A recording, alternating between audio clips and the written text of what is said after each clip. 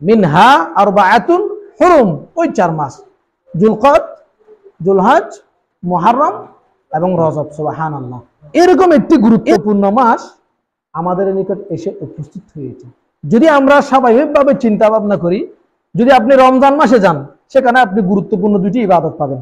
1 নম্বর সিয়াম, 2 নম্বর নামাজ। তবে সেখানে হজ নেই, সেখানে কি নেই?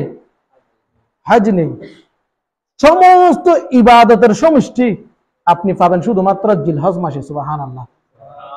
যেখানে নামাজও আছে, রোজাও আছে, হজও আছে, আবার কুরবানিও আছে। সুবহানাল্লাহ। এটি অত্যন্ত গুরুত্বপূর্ণ একটি মাস।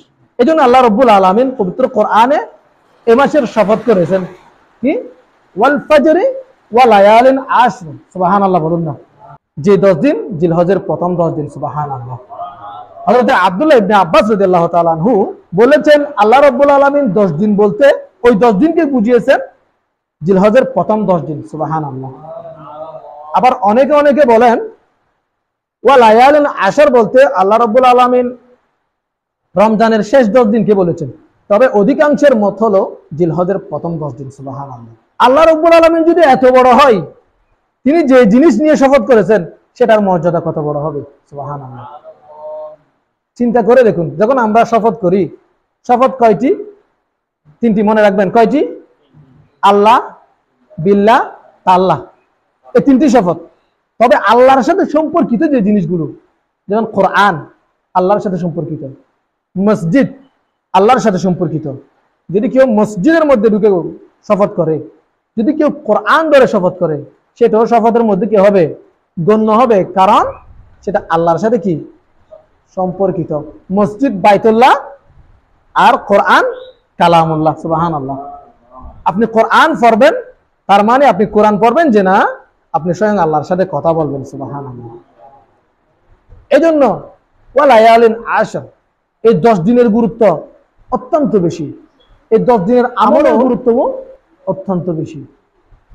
তবে এই 10 দিনের মধ্যে আবার রয়েছে কি? কোরবানি, ঈদুল আযহা, যেখানে আমাদের সম্পদ আমরা আল্লাহর রাস্তায় কি করি? কুরবান করে দিই। সুবহানাল্লাহ। আল্লাহ রাব্বুল আলামিন ঘোষণা করলেন, ফাসল্লি লিরাব্বিকা ওয়ানহার। ফাসল্লি, আগে নামাজ পড়ুন। আগে কি পড়ুন? নামাজ পড়ুন। ওয়ানহার, এরপরে আপনি কুরবান করুন। সুবহানাল্লাহ। কুরবানের হুকুম হচ্ছে আমাদের জন্য নেসাব পরিমাণ সম্পদের মালিকের উপর কুরবান ওয়াজিব। নেসাব পরিমাণ সম্পদ কি? 7.5 তোলা স্বর্ণ অথবা 52.5 তোলা রূপা। 7.5 তোলা বললে আমরা অনেকে বুঝবো না। 7.5 তোলা মানে 7.5 বড়ি।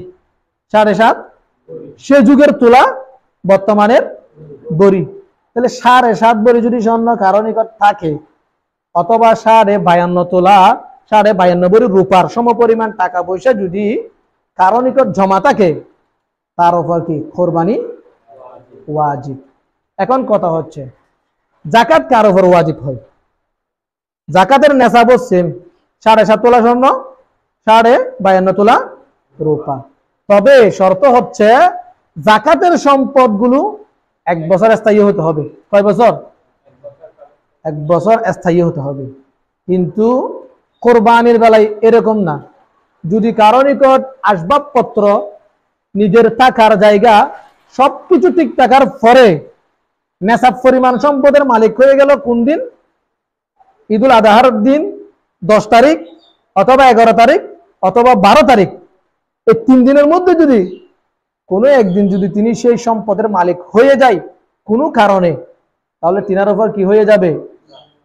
কোরবানি ওয়াজিব হয়ে যাবে। তো বর্তমানে স্বর্ণের দাম অত্যন্ত বেশি। সেই হিসেবে মনে করেন স্বর্ণের হিসাব করলে প্রায় 7.5 লক্ষ টাকা কারো নিকট জমা থাকতে হবে খরচ বাদ দিয়ে। আর যদি রূপা হিসাব করেন তাহলে কমে যাচ্ছে টাকাটা। বর্তমানে রূপার দাম কম, 1000 টাকার দরে ধরলো 50,000, 60,000 টাকা। আল্লাহর ওয়াস্তে যাদের ইচ্ছা হয় তারা আল্লাহর ওয়াস্তে কি করবেন? কোরবানি করবেন। যাদের সামর্থ্য আছে তাদের থেকে কোরবানি দেওয়াটা ওয়াজিব। আল্লাহর নবী এটা অত্যন্ত কঠোরভাবে বলেছেন, যে ব্যক্তির নিকট কোরবানি করার মতো সামর্থ্য রয়েছে কিন্তু কোরবানি করেনি, সে যেন আমাদের মসল্লার মধ্যে না আসে। নাউযুবিল্লাহ। কত কঠোরভাবে আল্লাহর নবী ঘোষণা করলেন। মুসান্নিফ আলাইহি রাহমা অত্যন্ত সুন্দরভাবে আজকের এই খুতবাকে তিনি সাজিয়েছেন। আলহামদুলিল্লাহিল্লাযী আনআমা আলাইনা কাসীরাতিল লা তুহসা ফিল আদাদ। আল্লাহ রাব্বুল আলামিন আমাদেরকে এমন নিয়ামত দান করেছেন যার গণনা করে শেষ করা যাবে না। আল্লাহর নিয়ামতের কি গণনা করে শেষ করা যাবে? সুযোগ আছে? একটু যদি আমরা চিন্তা করি, মনে করেন আমরা নিঃশ্বাস যেটা ফেলতেছি একদম ফ্রি ফেলতেছি না? একদম ফ্রি। যদি মনে করেন আপনার নিঃশ্বাস বন্ধ হয়ে গেছে, আপনাকে আইসিইউতে রাখতে হবে, অক্সিজেন দিতে হবে আপনাকে, স্পেশাল অক্সিজেন, যেটা আল্লাহ তাআলা আমাদেরকে ফ্রি দিয়েছেন সেটা না, একটা স্পেশাল একটা অক্সিজেন আপনাকে দিতে হবে। চিন্তা করে দেখুন, 10 দিন অক্সিজেন যে আপনি নেবেন, এই 10 দিনের অক্সিজেনের দাম কত আসবে? কত ফ্রি আল্লাহ তাআলা আমাদেরকে দিয়ে দিচ্ছেন এই অক্সিজেন। সুবহানাল্লাহ। শুধু কি তাই, একজন মানুষকে আল্লাহ তাআলা একটা চোখের দাম কত হতে পারে? এই চোখটা যদি আপনি বলেন যে আমি বিক্রি করে দিব, আমার এই চোখ, ডান চোখ আমি বিক্রি করে দিব, 1 কোটি টাকা দিয়ে বিক্রি করতে পারবেন। সুবহানাল্লাহ। কেউ যদি বলে যে আমি একটা কিডনি বিক্রি করে দিব, বিক্রি হচ্ছে কি হচ্ছে না বর্তমানে? কেউ যদি বলে আমি একটা কিডনি বিক্রি করে দিব, 1 কোটি টাকা দিয়ে বিক্রি করতে পারবেন। আল্লাহ তাআলা আমাদের এত নিয়ামত দিয়ে আমাদেরকে যে দুনিয়ার মধ্যে সে নিয়ামতের গণনা করে কি করতে পারবো না, শেষ করতে পারবো না। সুবহানাল্লাহ। ওয়া আল্লামানা তরিকা শুকরি নি'মাতিহি বিল ইনফাক ফি সাবিলি। তবে আল্লাহ তাআলা আমাদের এত নিয়ামত দেওয়ার পরে আল্লাহ আমাদেরকে পথ শিখিয়ে দিয়েছেন কিভাবে আল্লাহর শুকরিয়া আদায় করা যায়। সুবহানাল্লাহ। আল্লাহর রাস্তার মধ্যে টাকা পয়সা খরচা করে, ধন দৌলত খরচা করে আমরা কি করতে পারবো? আল্লাহর শুকরিয়া আদায় করতে পারবো। সুবহানাল্লাহ। ওয়াসসালাতুল কামিলাতু ওয়াসসালামুল ওয়াফিরু দাইমান আবাদান আলা সাইয়্যিদিল মুরসালিনা রাহাতিল আশিকিনা মুহাম্মাদিন সাল্লাল্লাহু তাআলা আলাইহি ওয়াসাল্লাম আল্লাযী আল্লামানা সানানাল উদহিয়্যাতি বিত্তিবিয়ান। সে নবীর উপর দরুদ ও সালাম যিনি সমস্ত নবীর সর্বশ্রেষ্ঠ। সুবহানাল্লাহ। রাহাতিল আশিকিন, আশিকদের অন্তরের আনন্দ, আশিকদের অন্তরের খুশি। যে নবীর কথা শুনলে আশিকদের অন্তর কি হয়ে যায়? খুশি হয়ে যায়। সুবহানাল্লাহ। কিতাবের মধ্যে আছে, যখন আমরা জমিতে কাজ করি, আমরা যখন ক্লান্ত হয়ে যাই আমরা কি করি? একটা গাছের ছায়াতে গিয়ে বসি এবং সেখানে পানি পান করি। আর আমাদের মুরব্বীরা তারা চা পান করেন কোনো দোকানে গিয়ে। কিতাবের মধ্যে আছে রাসূলুল্লাহ সাল্লাল্লাহু তাআলা আলাইহি ওয়াসাল্লামের জামানায় যখন সাহাবায়ে কেরাম জমিতে কাজ করতেন, তারা যখন হাঁপিয়ে যেতেন কাজ করে, যখন দুর্বল হয়ে যেতেন, তারা এক দৌড়ে নবীজির সামনে চলে যেতেন। সুবহানাল্লাহ। নবীজির চেহারা মোবারক দেখে তাদের অন্তর ঠান্ডা করে নিতেন। সুবহানাল্লাহ। তারা কত ভাগ্যবান যে নবীজির চেহারা তারা বারবার এসে দেখার সৌভাগ্য অর্জন করেছেন। সুবহানাল্লাহ। এই জন্য বলা হয়েছে রাহাতিল আশিকিন, আশিকদের অন্তরের প্রশান্তি। সুবহানাল্লাহ। আম্মা বাদ ফায়া আইয়ুহাল মুমিনুনাল হাদিরুন। নিশ্চয় সমস্ত মুসলমানের উপর কুরবানি করা ওয়াজিব। যারা স্বাধীন, যারা কি স্বাধীন, আবার যারা আকেল, বালেগ, পাগল নয় এবং সম্পদের মালিক। শর্ত কি? সম্পদের মালিকের উপর, স্বাধীন ব্যক্তির উপর, আকেল বালেগ ব্যক্তির উপর কুরবানি কি ওয়াজিব। কুরবানি করার জন্য আমাদের যে পশুগুলো নির্বাচন করতে হবে, পশুর প্রকার হচ্ছে 6টি। কয়টি? 6টি। উট আছে। কি আছে? উট। এবার আমাদের মসজিদ টেকের মধ্যে উট নিয়ে আসছে বিক্রি করার জন্য। উট আছে, উটের বয়স হতে হবে কয় বছর? 5 বছর। উট যদি কেউ ক্রয় করে তাহলে তাহার থেকে বয়স জিজ্ঞেস করতে হবে, এই উটের বয়স কত। যদি 5 বছর হয় তাহলে সেটি দ্বারা কোরবানি করা যাবে। তারপর আছে গরু, মহিষ, ছাগল, ভেড়া, দুম্বা। গরু মহিষের বেলায় গরু মহিষের বয়স হতে কয় বছর? 2 বছর। 2 বছর বয়সী গরু মহিষ দিয়ে কি করতে পারবে? কোরবানি করা যাবে। দুম্বা, ছাগল এবং ভেড়া এগুলোও কোরবানির পশু। দুম্বা, ছাগল, ভেড়া এগুলোর বয়স হতে হবে কয় বছর? 1 বছর। তবে দুম্বা আর ভেড়া যদি 6 মাস বয়সী কোনো দুম্বা ভেড়া শরীরের গঠনে 1 বছরের মতো লাগে, তাহলে সেটা দিয়েও কোরবানি করা যাবে, কিন্তু ছাগলের বেলায় না। ছাগল পরিপূর্ণ 1 বছর হইতে হবে। সেজন্য ছাগলের মালিক থেকে এটা ভালো করে জিজ্ঞেস করে নিতে হবে যে আপনার ছাগলের বয়স কত। যদি 1 বছর পূর্ণ হয় তাহলে সেই ছাগল দিয়ে কোরবানি করা জায়েজ হবে। কোরবানির পশু অবশ্যই সুস্থ সবল হইতে হবে। রোগাক্রান্ত, একদম ক্ষীণ এরকম পশু দ্বারা কোরবানি জায়েজ হবে না। যদি কোরবানির পশু কেউ কিনে নিয়ে আসে, ওই পশুর যদি দুধ থাকে, এটা গুরুত্বপূর্ণ মাসালা, এই দুধ দহন করার সুযোগ নেই, দহন করা যাবে না। বিশেষ প্রয়োজনে যদি দহন করতে হয় তাহলে সেটা সদাকা করে দিতে হবে। যিনি কোরবানি দাতা তিনি সেই দুধ পান করতে পারবেন না। যদি তিনি ইচ্ছা করেন যে আমি এই দুধ পান করব, তাহলে এই দুধের সমপরিমাণ টাকা সদাকা করে দিতে হবে। সুবহানাল্লাহ। এই কুরবানি আমাদের উপর আল্লাহ তাআলার বড় ইহসান। সুবহানাল্লাহ বলুন না। এটা শুধু আমাদের রাসূলের জামানায় কোরবানি দিচ্ছি তা নয়, যে সৃষ্টির শুরু থেকে কোরবানি এটা চলে আসছে। কিন্তু সমস্ত নবীদের যুগে কোরবানির মাংস খাওয়া জায়েজ ছিল না। শুধুমাত্র আমাদের নবীর যুগে কোরবানির মাংস কোরবানি দাতা খাওয়া জায়েজ। সুবহানাল্লাহ। তখন কোরবানির সিস্টেম ছিল যে কি মানুষ কোরবানি দিত, কোরবানি দেওয়ার পরে দাঁড়ায় থাকতো। হঠাৎ আসমান থেকে একটা আগুন এসে জ্বালাই দিত। তো যার কোরবানি জ্বালাই দিয়েছে তার কোরবানি আল্লাহর দরবারে কি হয়েছে? সুবহানাল্লাহ বলুন না। এখন যদি এই সিস্টেম থাকতো, যদি এই সিস্টেম থাকতো, আমাদের কোরবানি আল্লাহ তাআলা আগুন দিয়ে জ্বালাতো কিনা আমরা সন্দিহান। আমাদের কার অন্তরের মধ্যে কি আছে, কার থাকার মধ্যে কি আছে, এটা তো আমরা অনেকে ওয়াকিফাল নয়। এই জন্য বেশিরভাগ কোরবানি করে দেখতেন যে মাঠে পড়ে রয়েছে, কিন্তু আল্লাহ তাআলার আগুন এটা জ্বালাচ্ছেন না। সবার সামনে তিনি লজ্জায় লজ্জিত হয়ে যেতেন। হযরত আদম আলাইহিস সালামের জামানার মধ্যে কোরবানির একটা ওয়াকিয়া বর্ণিত হয়েছে। হযরত আদম আলাইহিস সালামের শরীয়তের মধ্যে এটা জায়েজ ছিল যে কি ভাই বোনের মধ্যে কি ছিল, একটা বিবাহের নিয়ম ছিল। কেমন নিয়ম? তখন তো পৃথিবীতে আর কোনো সন্তান ছিল না। হযরত আদম আলাইহিস সালামের এবং হাওয়া আলাইহিস সালামের প্রত্যেক বছর দুটি সন্তান ওনারা প্রসব করতেন আল্লাহর হুকুমে। একটা ছেলে সন্তান, একটা মেয়ে সন্তান। এই বছর যে সন্তানগুলো জন্মগ্রহণ করেছে এই ভাই বোন, ওরা দুজন সহোদর, ওদের একজনের সাথে একজনের বিবাহ জায়েজ নাই। তবে পরের বছর যে সন্তানগুলো দুনিয়ায় আসবে তাদের সাথে আগের বছরের সন্তানগুলোর কি হচ্ছে? বিবাহ জায়েজ। কারণ কি? কারণ হচ্ছে পৃথিবীতে আর কোনো কি নাই, সন্তান নাই। তো বংশ বিস্তারের জন্য এটা আল্লাহ রাব্বুল আলামিন হুকুম করে দিয়েছেন। সুবহানাল্লাহ বলুন না। এই মনে করেন এই বছর যে সন্তানগুলো আসছে ওদের নাম হচ্ছে কাবিল এবং আকলিমা।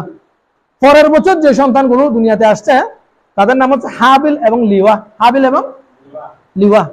এখন কাবিলের সাথে আকলিমার বিবাহ কি নাই? জায়েজ, কারণ তারা দুজন সহোদর। পরের বছর যে দুজন আছে হাবিল এবং লিওয়া, তাদের দুজনের বিবাহ কি নাই? জায়েজ নাই, কারণ তারা দুজন সহোদর। বিবাহের নিয়ম হবে যে কি কাবিল বিবাহ করবে তো লিওয়াকে, হাবিল বিবাহ করবে তো কাকে? আকলিমাকে। ঘটনাক্রমে আকলিমা একটু বেশি সুন্দর, হুসনে জামাল, হুসনে জামাল বেশি সুন্দর। আর লিওয়া তুলনামূলক কম সুন্দর। এখন কাবিল চাচ্ছে আকলিমাকে বিবাহ করার জন্য।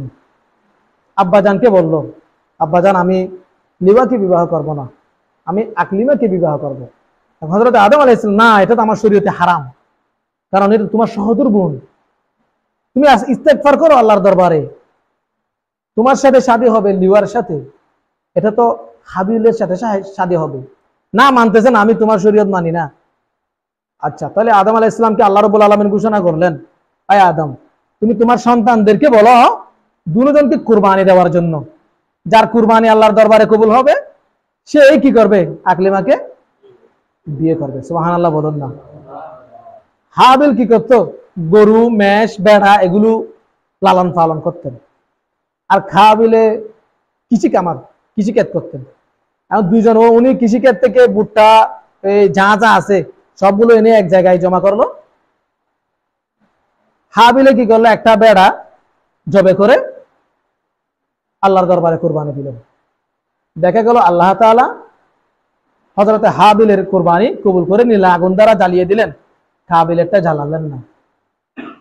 তখন কাবিল বলল, আমি তোমাকে হত্যা করব, আমি তোমাকে হত্যা করে ফেলবো।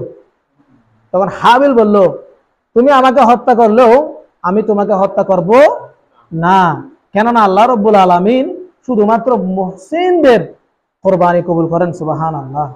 এজন্য ভালো মানুষ কখনো ঝগড়ায় লিপ্ত হন না। যারা মন্দ মানুষ তারাই সবসময় কি করেন? ঝগড়া করেন। পৃথিবীর জমিনের মধ্যে সর্বপ্রথম ঝগড়া সৃষ্টিকারী ব্যক্তির নাম কি? কাবিল। কি ঝগড়া সৃষ্টিকারী ব্যক্তির নাম? পৃথিবীর জমিনের মধ্যে সর্বপ্রথম হত্যাকারী ব্যক্তির নাম কি? কাবিল। পৃথিবীর জমিনের মধ্যে সর্বপ্রথম শহীদ হয়েছেন কে? হাবিল। সুবহানাল্লাহ। এই জন্য আদম আলাইহিস সালামের জামানার মধ্যে কি ছিল? কুরবানি ছিল। যুগে যুগে আমাদের নিকটেও কুরবানি আসছে। এটা আমরা যে কুরবানি করি এটা হযরতে ইব্রাহিম আলাইহিস সালামের সুন্নাত। নবী পাক সাল্লাল্লাহু তাআলা আলাইহি ওয়াসাল্লাম বলেছেন, সুন্নাতু আবিকুম, হযরতে ইব্রাহিম আলাইহিস সালাম। এটা তোমাদের পিতা হযরতে ইব্রাহিম আলাইহিস সালামের সুন্নাত কুরবানি। আল্লাহ রাব্বুল আলামিন আমাদের প্রত্যেককে কুরবানির ফজিলত এবং জিলহজ মাসের ফজিলত বোঝার তৌফিক দান করুন। এই মাসের অত্যন্ত গুরুত্বপূর্ণ কয়েকটি আমল রয়েছে। গুরুত্বপূর্ণ তন্মধ্যে এক নম্বর হলো রোজা রাখা। সিয়ামু কুল্লি ইয়াউমিন মিনহা বিসিয়ামি সানা। যদি কোনো ব্যক্তি এই মাসের মধ্যে একটি রোজা রাখে সে যেন 1 বছর রোজা রাখলো। সুবহানাল্লাহ। এবং রাতে ইবাদত করা। ওয়া কিয়ামু কুল্লি লাইলাতিন মিনহা বিকিয়ামি লাইলাতুল কদর। কোনো ব্যক্তি এই মাসের মধ্যে রাত্রে ইবাদত করলো, কিয়াম করলো, তার মানে সে রাত্রে কিয়াম করলো, লাইলাতুল কদরে কিয়াম করলো। সুবহানাল্লাহ। প্রত্যেক রাতের মর্যাদা হলো লাইলাতুল কদরের। সুবহানাল্লাহ। এবং আল্লাহর জিকির করা। হযরত আবু হুরায়রা, হযরত ওমর রাদিয়াল্লাহু তাআলা আনহু এই মাস শুরু হওয়ার সাথে সাথে আল্লাহর জিকিরে লিপ্ত হয়ে যেতেন। আল্লাহু আকবার, আল্লাহু আকবার, লা ইলাহা ইল্লাল্লাহু ওয়াল্লাহু আকবার, আল্লাহু আকবার ওয়ালিল্লাহিল হামদ। এবং চুল, দাড়ি, তারপরে অবাঞ্ছিত পশম এগুলো কর্তন না করা। কয়দিন পর্যন্ত? 10 দিন পর্যন্ত। যারা কোরবানি করবেন তাদের জন্য মুস্তাহাব, এটা উত্তম। আরাফার দিবসে রোজা রাখা। নবীজি বললেন, কেউ যদি আরাফার দিবসে রোজা রাখে আর পূর্বের 1 বছরের গুনাহ মাফ হয়ে যাবে, পরের 1 বছরের গুনাহ মাফ হয়ে যাবে। সুবহানাল্লাহ। আরাফা বলতে 9 জিলহজ, কোরবানির আগের দিন। তাকবীর দেওয়া, তাকবীরে তাশরিক। তাকবীরে তাশরিক কি? আল্লাহু আকবার, আল্লাহু আকবার, লা ইলাহা ইল্লাল্লাহু ওয়াল্লাহু আকবার, আল্লাহু আকবার ওয়ালিল্লাহিল হামদ। এটা কখন দিতে হবে? 9 তারিখ ফজর থেকে শুরু। কয় তারিখ? 9 তারিখ ফজর থেকে শুরু করতে হবে। 13 তারিখ আসরে কি হবে? শেষ হবে। প্রত্যেক ওয়াক্তে একবার বলা ওয়াজিব, 3 বার বলা সুন্নত, একবার বলা 3 বার বলা কি? আল্লাহু আকবার, আল্লাহু আকবার, লা ইলাহা ইল্লাল্লাহু ওয়াল্লাহু আকবার, আল্লাহু আকবার ওয়ালিল্লাহিল হামদ। এবং কালিমা পাঠ করা। 9 তারিখ আরাফার দিবসে এই কালিমাটা পাঠ করা অত্যন্ত সওয়াবের কাজ। লা ইলাহা ইল্লাল্লাহু ওয়াহদাহু লা শারীকা লাহ বিয়াদিহিল খায়র ওয়া হুয়া আলা কুল্লি শাইইন কাদির। এই কালিমাটা পাঠ করা অত্যন্ত সওয়াবের কাজ। এবং ঈদের নামাজের পর কুরবানি করা। কুরবানি ঈদের নামাজের আগে করা যাবে না, পরে কুরবানি করতে হবে। এটা অত্যন্ত সওয়াবের কাজ। আল্লাহ রাব্বুল আলামিন আমাদের প্রত্যেককে বোঝার তৌফিক দান করুন এবং আমাদের সামর্থ্যবান লোকদেরকে কুরবানি করার তৌফিক দান করুন। আমাদের গুনাহসমূহ আল্লাহ তাআলা ক্ষমা করে দিন। প্রত্যেকে যারা সুন্নাত আদায় করেননি সুন্নাত আদায় করে নিন। আসসালামু আলাইকুম ওয়া রাহমাতুল্লাহ।